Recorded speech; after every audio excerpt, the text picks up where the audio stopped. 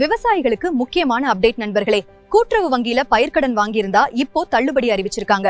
உங்களுக்கு எவ்வளவு தள்ளுபடி கிடைக்குதுன்னு ஃபுல் வீடியோ பாருங்க. வணக்கம். தமிழ்நாடு முதலமைச்சர் சமீபத்தில் அறிவிச்ச 2026ஆம் ஆண்டுக்கான பயிர்க்கடன் தள்ளுபடி திட்டம் பத்தி நிறைய பேருக்கு நிறைய கேள்விகள் இருக்கும் இல்லையா? யாருக்கு முழுசா கடனை தள்ளுபடியாகும், யாருக்கு எவ்வளவு கிடைக்கும், இதையெல்லாம் ரொம்ப தெளிவா ஆதாரங்களோட அலசி ஆராயும் இந்த சிறப்பு விளக்க தொகுப்புக்கு உங்களை வரவேற்கிறேன். வாங்க நேரடியா விஷயத்துக்குள்ள போலாம். இன்னைக்கு நாம முக்கியமா 4 விஷயங்களை பார்க்க போறோம். முதல்ல புதிய கடன் தள்ளுபடி அறிவிப்பு, 2வது விவசாயிகளை எப்படி வகைப்படுத்துறாங்க, 3வது எந்தெந்த விவசாயிக்கு எவ்வளவு தள்ளுபடி தொகை, கடைசியா இதனால பயன்பெற போறவங்க எத்தனை பேர், அதன் தாக்கம் என்ன, இதையெல்லாம் தான் பார்க்க போறோம். முதல்ல இந்த புதிய கடன் தள்ளுபடி அறிவிப்போட முக்கியமான பின்புலத்தை பத்தி பார்க்கலாம்.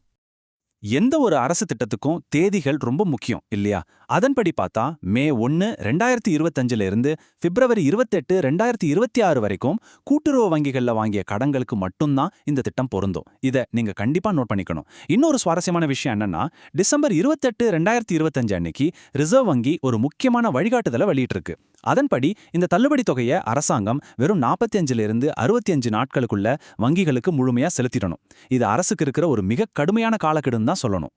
சரி, அடுத்ததா 2வது பகுதிக்கு போவோம். விவசாயிகளை அரசாங்கம் எப்படி வகைப்படுத்துறாங்கன்னு பார்க்கலாம். கடன் தள்ளுபடின்னு சொன்ன உடனே எல்லாருக்கும் ஒரே மாதிரி அமௌண்ட் கிடைச்சிடாது. அது எப்படி சாத்தியம் இல்லையா?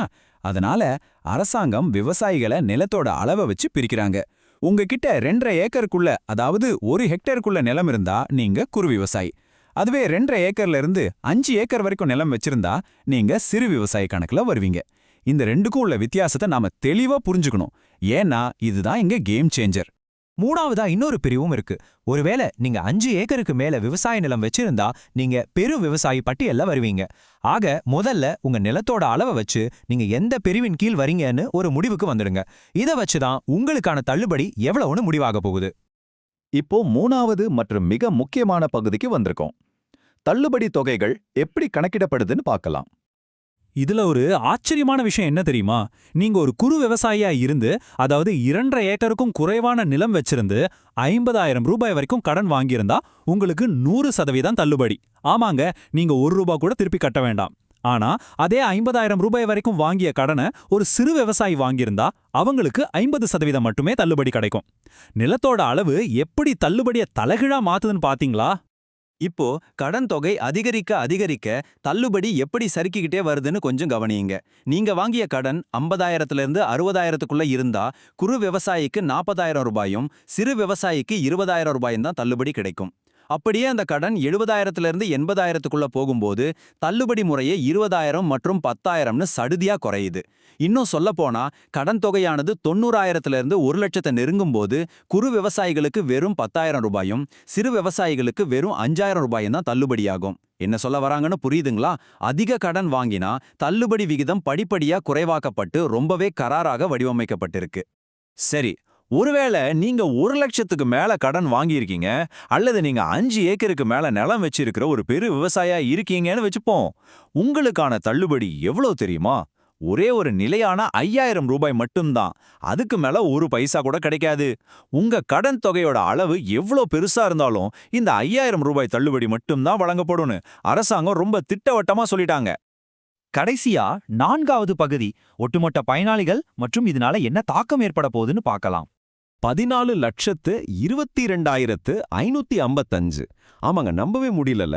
மாநிலம் முழுக்கவும் கூட்டுறவு வங்கிகள்ல கடன் வாங்கிய இத்தனை லட்சம் விவசாயிகள் இந்த திட்டத்தால நேரடியா பலனடைய போறாங்க. உண்மையிலே இது ஒரு பிரம்மாண்டமான எண்ணிக்கை தான். இது அத்தனை விவசாயிகளுக்கும் அவங்களோட அடுத்த கட்ட சாகுபடிய எந்த ஒரு தயக்கமோ பண கஷ்டமோ இல்லாம தொடங்க ஒரு மிகப்பெரிய ஊக்கமா இருக்கும். ஆனா இந்த மாபெரும் திட்டத்தை செயல்படுத்துறதுக்காக மாநில அரசு ஏற்கும் அந்த நிதிச்சுமை எவ்வளோன்னு நீங்க யோசிச்சு பார்த்திருக்கீங்களா? சுமார் 204.41 கோடி ரூபாய். இவ்ளோ பெரிய தொகையத்தான் அரசாங்கம் விவசாயிகளுக்கான நிவாரணமா ஒதுக்கீடு செஞ்சிருக்கு. நாம முன்னாடியே பார்த்த மாதிரி ரிசர்வ் வங்கியோட ரொம்பவே கண்டிப்பான விதிமுறைகளுக்கு உட்பட்டு இந்த முழு தொகையையும் அரசு வெறும் 45 முதல் 65 நாட்களுக்குள் வங்கிகளுக்கு கொடுத்தாகணும். இது ஒரு மிகப்பெரிய சவால் தான். இப்போ நாம இந்த விளக்கத் தொகுப்போட இறுதி பகுதிக்கு வந்துட்டோம்.